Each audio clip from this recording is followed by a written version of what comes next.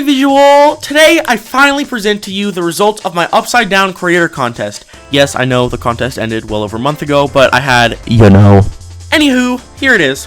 In this video, I'm going to go over each entry that was submitted and give a somewhat brief review of each. Keep in mind that each level was judged by creator Riley and I based on mostly 3 criteria. 1, how well the levels executed the Upside Down concept. 2, how readable and fun the gameplay is. And 3, how the level looks, of course. Each level was given a score in these categories out of 10, and the total points at the end determined the level's position. But before I start with the placements and reviews, I'd like to give a big thank you to all of the participants for their amazing work. With that being said, let's get on with it. UD by VPJ Huck comes in third with a total score of 21 out of 30. I'll have you know, it was extremely close between this and the number 2 spot. Decoration-wise, this level scores pretty highly with a 7 out of 10 score overall. All of the deco is very cohesive and feels like it's supposed to be there. The color scheme is mostly dark shades of purples and blues, and all of the pulses and movements feel very floaty and dreamlike to accentuate this. The gameplay is roughly a 5-star, and is easy and sight readable all the way through, which is an impressive feat for an exclusively Upside Down level. Where this level scores the lowest, however, is in its execution of the Upside Down theme. While yes, the whole level is upside down, it more or less feels like a regular level flipped vertically.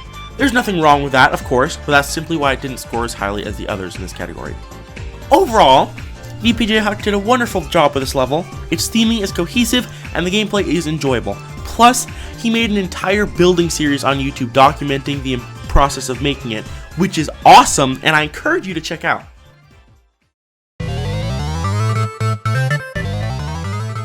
In Australia, by CrossGMD places in our number 2 spot with an extremely close total of 23 out of 30.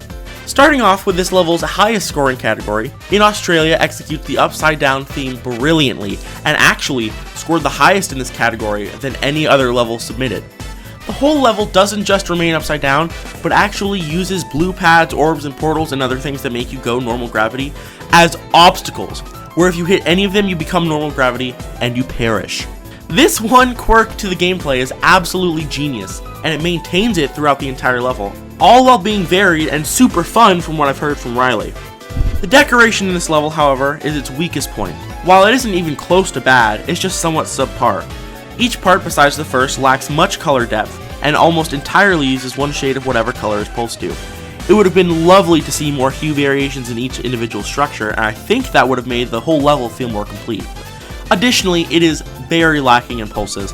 The background pulses, which is admittedly a nice touch, but seeing more aspects of the level pulse would help it feel much more alive.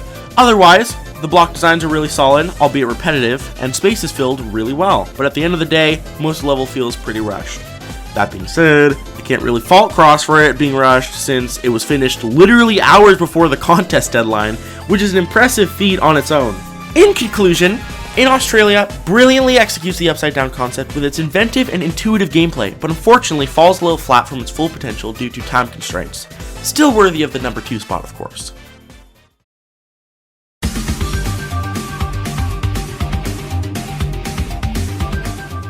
And our number 1 spot goes to Spiders by Mayarosa with an impressive 27 out of 30 final score. Firstly, the decoration in this level scores a brilliant 10.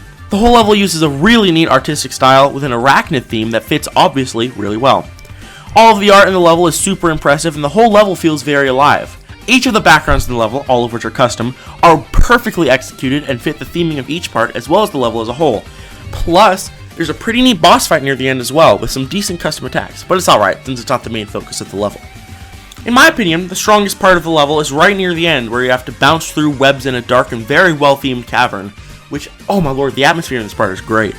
In terms of gameplay, the whole level stays exclusively in the spider game mode as well as being upside down. On the surface, this sounds like a combination that would go wrong fast, but on the contrary, Mayarosa managed to pull it off really well, and no portion of the level feels too repetitive at all. Most of the gameplay is as standard as upside down spider gameplay can really get, but from what I hear, it's pretty fun.